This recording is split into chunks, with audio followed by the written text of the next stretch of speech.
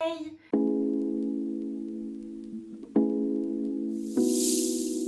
J'espère que vous allez bien, je suis trop contente aujourd'hui de vous retrouver dans une nouvelle vidéo capillaire. Ça fait super longtemps qu'on n'a pas fait de cheveux, enfin de techniques pour les cheveux et tout.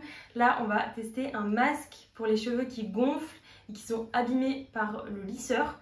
Donc on est dans ma cuisine parce que ça va être encore une expérience avec des choses à mettre dans la casserole et tout. Donc à mon avis ça va mal tourner, mais bon on s'adapte, on verra ça. Donc c'est une technique que j'ai trouvée sur TikTok. Je vous mettrai je pense le TikTok qui défile là avec le nom de la personne. Honnêtement ça devrait quand même bien se passer, il n'y a pas non plus trop d'ingrédients à mélanger. Mais j'ai lu dans les commentaires qu'il était possible de le rater et qu'à ce moment là il fallait pas le mettre dans les cheveux. Donc je sais pas à quelle tête je vais me retrouver à la fin de cette journée, mais bon écoutez, on verra au feeling. Hein. Donc pour faire ce masque, on a besoin de maïzena et de lait de coco en brique, une petite brique comme ça, elle a dit qu'il fallait une brique. Donc j'ai pris une brique de lait de coco et il fallait une cuillère de maïzena.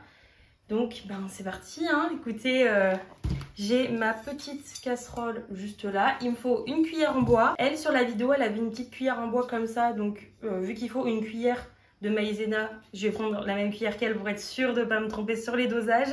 Il faut du coup d'abord mélanger, enfin faire le mélange à froid comme ça sans y mettre sur le feu, et c'est ensuite qu'on vient y mettre sur le feu à feu doux. Et il faut pas s'arrêter de mélanger pour être sûr qu'il n'y ait pas de grumeaux et tout, donc on va essayer ça. Vu comme les 3/4 de ma vie j'ai tout le temps des grumeaux dans tout ce que j'essaye d'entreprendre, à mon avis c'est pas lui qui va être épargné, mais bon écoutez. Hop, je verse mon lait de coco qui est déjà plus une crème qu'un lait, mais c'est particulier. La texture est trop bizarre. En tout cas, je sais que je suis allergique au lait de coco quand il s'agit de l'ingérer, donc on verra une fois sur mon crâne. Hein. Écoutez, mystère. Hein. Alors, elle a dit une cuillère de maïzena. Alors, on va mettre une cuillère comme ça. Ça me semble pas trop mal. Et là, il faut mélanger pour bien que les deux se mélangent, et ensuite il faudra venir y mettre sur le feu et il faut pas faire de grumeaux. Ok, bon je pense que il y a... J'ai failli me tâcher, je crois que j'aurais dû mettre un tablier. Je crois que j'ai enlevé pas mal de grumeaux, enfin ça me semble déjà bien mélangé, le mélange me semble bien homogène. Maintenant il va falloir y mettre sur le feu et jamais s'arrêter de mélanger, et c'est ça qui me fait un peu plus peur. Ok, donc on a le mélange juste ici, je vais allumer ma plaque, faites pas gaffe aux traces jaunes là qu'il y a. C'est que j'ai refermé l'espèce de petite plaque sur la plaque quand elle était chaude, donc du coup ça a cramé. Bref, je vais mettre à feu doux, donc je pense que je vais mettre genre deux petites barres, pas plus, parce que j'ai pas envie de trop en faire, enfin je veux pas que ça soit trop chaud. Et mettre du coup qu'il faut pas s'arrêter de remuer, et que en plus de ça, fallait attendre que ça fasse une pâte super lisse, bah, en fait comme une texture de masque quoi, donc à voir, hein, on va essayer. Je sais pas du tout si j'ai mis assez chaud, je sais pas du tout combien de temps, en combien de temps c'est censé faire cette texture. C'est pas plus expliqué que ça dans le TikTok, donc je teste pour vous. Bon, il est clairement en train de se passer un truc, mais j'ai mis un peu plus que feu doux, parce que sinon ça mettait sa vie à chauffer, ça m'a saoulée. Du coup j'ai mis feu moyen, et genre dès que j'ai vu que ça commençait à faire une petite pâte, j'ai mis tout de suite à feu doux. Comme ça le feu là il va redescendre, ça va rebaisser la chaleur. J'ai des petits grumeaux mais sans plus, honnêtement ça va. Et il commence de plus en plus à avoir une texture de masque, à être de plus en plus pâteux. Donc je suis contente, mais c'était long. Du coup je vais tout verser dans un bol pour que ça puisse refroidir tranquillement. Essayez de vous montrer la texture, c'est hyper onctueux. Ça fait pas vraiment liquide comme tout à l'heure, ça a quand même bien... ça s'est quand même bien épaissi, donc je pense que c'est bon, on va dire ça. En attendant que le masque refroidisse, on va essayer de démêler mes cheveux, parce que là, clairement, c'est la pagaille. D'autant plus qu'ils sont bouclés, parce que je m'étais fait 4 petites tresses plaquées pour avoir pour avoir les cheveux attachés et dégagés de mon visage, parce que ça me saoule sinon. Et que du coup, on a tout ça à s'occuper là tout de suite. De toute façon, j'ai mon chéri à côté qui va venir m'aider, parce que faut le mettre en racine et tout, et voilà quoi. Donc j'essaie de le remuer régulièrement pour qu'il puisse refroidir plus facilement quand même. Bon, il m'a l'air quand même un peu liquide, mais ça peut pas être parfait de toute façon. On va essayer de démêler tout ça. Bon, j'ai fait une première petite séparation. Je pense que on va pouvoir commencer à mettre bien en racine là. Hop. Et après derrière j'ai le crâne rasé, donc là c'est tranquille. Et après il faudra qu'on mette sur les longueurs, mais Je pense qu'il va y en avoir assez quand même.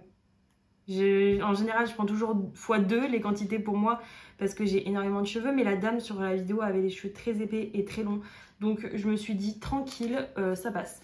Du coup, hop, on va prendre une petite serviette parce que flemme de me tacher, surtout que je suis en blanc. J'ai pris un pinceau comme ça parce qu'en fait j'ai pas d'autres pinceaux. J'ai pas de pinceau à cheveux pour faire des couleurs et tout. J'en ai pas parce que je fais pas de couleurs. Donc comment dire que j'avais pas mieux. Si, il est quand même pas mal consistant, hein, je pense que ça devrait le faire. Ouais, je vais commencer d'essayer. Il est encore un peu chaud, mais honnêtement, sans plus. En fait, le truc, c'est que j'ai déjà tellement de cheveux que je crois que ça n'a pas encore atteint mon crâne. En fait, là, le plus compliqué, ça va être de faire l'arrière de ma tête. C'est pour ça que mon chéri va venir m'aider. Bon, du coup, on se décale parce que mon chéri veut pas être filmé. Donc, j'ai pas le choix que de me mettre sur le côté. Mais là, de toute façon, il est allé me chercher un t-shirt parce qu'en fait, la serviette, c'est vraiment pas pratique. Et on a fait la première séparation, on va faire la deuxième. Je vais essayer de ne pas faire des séparations trop fines parce que sinon je pense qu'on s'en sortira clairement jamais.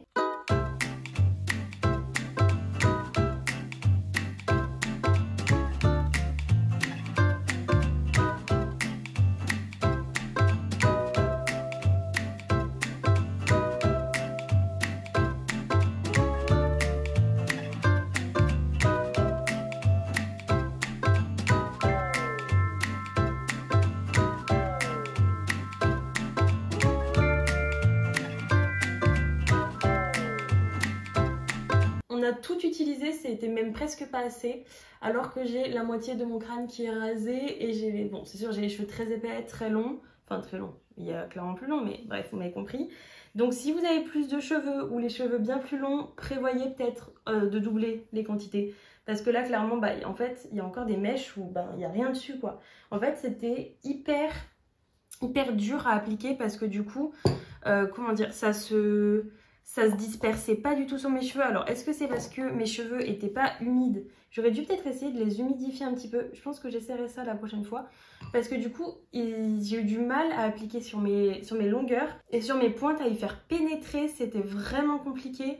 Et là, en fait, j'ai l'impression que ça n'a pas suffi. En fait, vous voyez, mes pointes, elles sont encore toutes sèches. Bon, je vous prends en mode vlog parce que du coup, je suis remontée à l'étage. Je vais attendre un petit peu que ça pose et j'irai le rincer.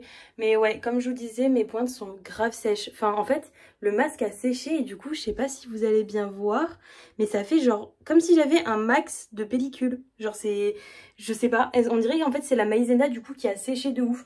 Donc j'avoue que pour l'instant, je suis un petit peu dubitative. Je sais pas comment ça va se passer, même pour le rincer et tout, je sais pas si ça peut être facile, mais c'est pas grave, on va voir.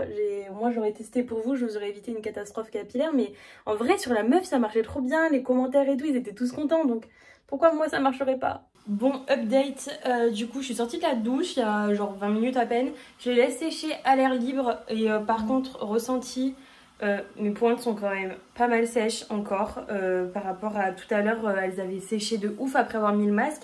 Et là, j'ai pas encore rattrapé énormément.